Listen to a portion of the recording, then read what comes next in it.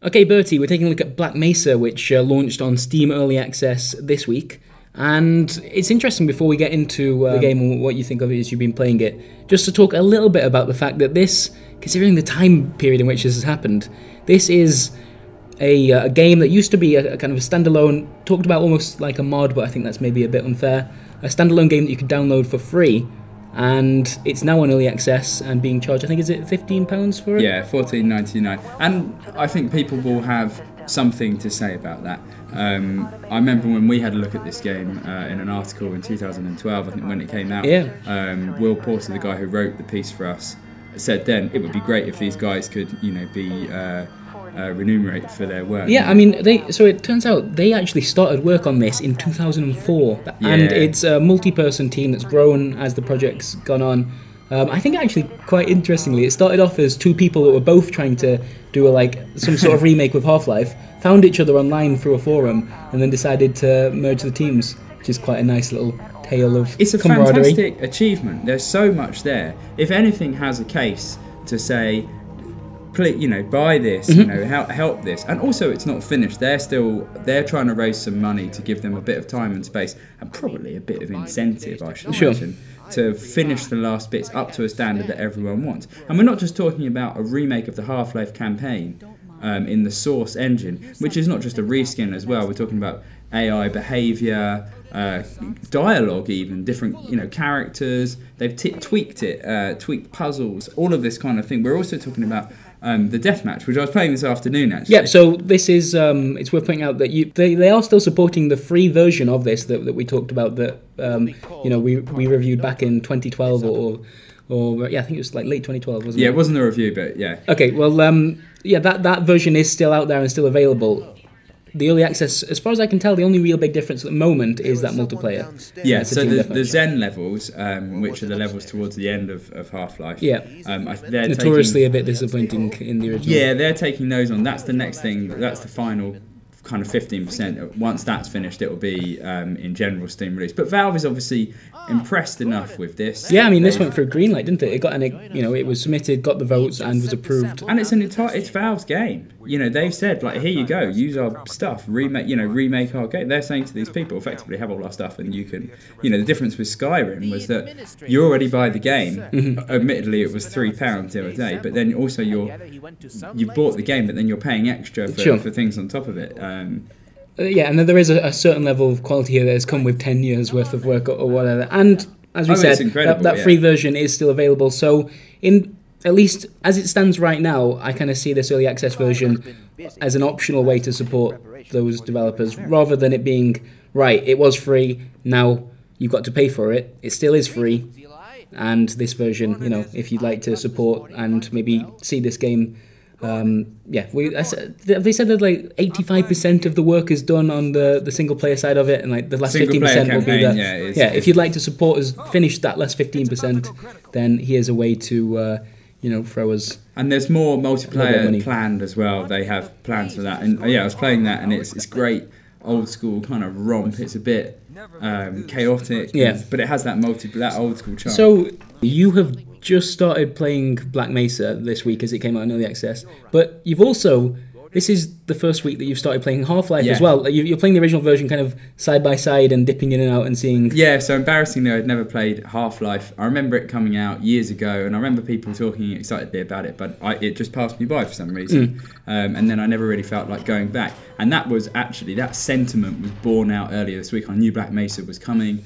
I didn't know exactly what it was going to be, but I thought, I'll jump into Half-Life and then I'll be prepared for Black Mesa. And I'm playing through it, and so much. I've played Half-Life 2 and I like it, and so much is clean and clear and crisp and swift and seamless and well crafted about Half-Life, but it feels old. Yeah, and I couldn't shake that. I don't have the nostalgic tint. Did Black Mesa kind of change that enough to it make it a little bit like more? A much more.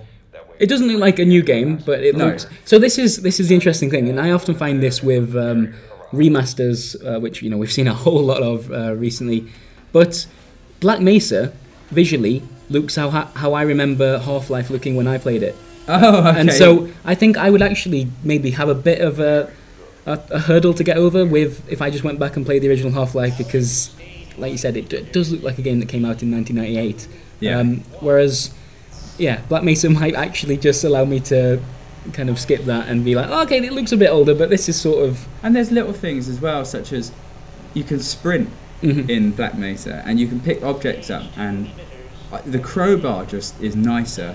Really? That is important. Yeah, to kill headcrabs. The shooting just feels a bit nicer. And Half-Life was exquisitely made, so it does still stand up, but some of the things they've put in Black Mesa just bring it up to a more modern day, not bleeding edge, but a more modern day experience. And it feels more like playing Half-Life via Black Mesa feels like a viable, enjoyable experience today. Right. It still does feel a bit old. Yeah, I was going to ask you about this, because thinking back to Half-Life, I could play it now, and like I said, maybe more so with Black Mesa, and I would be carried by nostalgia for a lot of it, I think, because for better or worse, the FPS genre has changed a lot since the original Half-Life. So there are a bunch of things, like the fact that you pick up health packs in Half-Life, your health doesn't regenerate, you don't hide behind cover to let that the screen stop going red or whatever's going on. You rely on quick saving a lot, which is something that people that played FPS games on the PC back then, that was just normal. But now we expect checkpoints. There's weird platforming bits that I'm kind of glad we don't see as much of anymore. Yeah.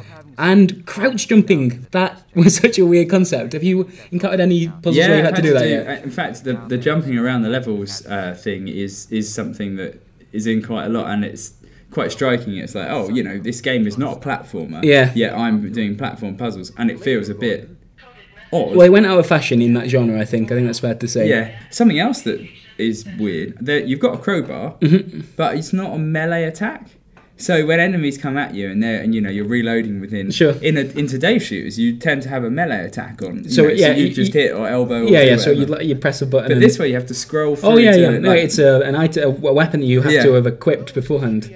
So your fingers do start getting tied up a little bit. But it does still stand up. Like I still feel, when I play it, that I can feel like, Half-Life 2 moved everything on. Like, Half-Life 2 is still even though it's older than Black Mesa, it's still a more progressive game than Black Mesa. Of course, yeah. And Half-Life, because of by design. But Black Mesa does an incredible job of giving you a valid, nostalgic look at a game.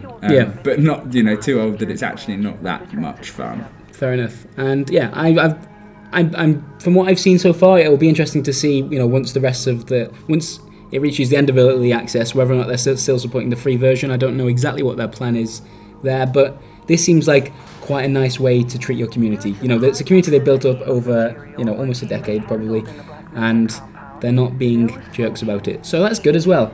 Yeah, and £15 isn't too crazy, and the multiplayer is fun as well. If anyone remembers Half-Life 2 multiplayer, it's a bit like that. It's a bit chaotic, people everywhere, and it makes a nice break from all the perk-based kind of multiplayer that is around today. All right, cool. Well, that's Black Mesa. Thanks, Bertie. Thanks.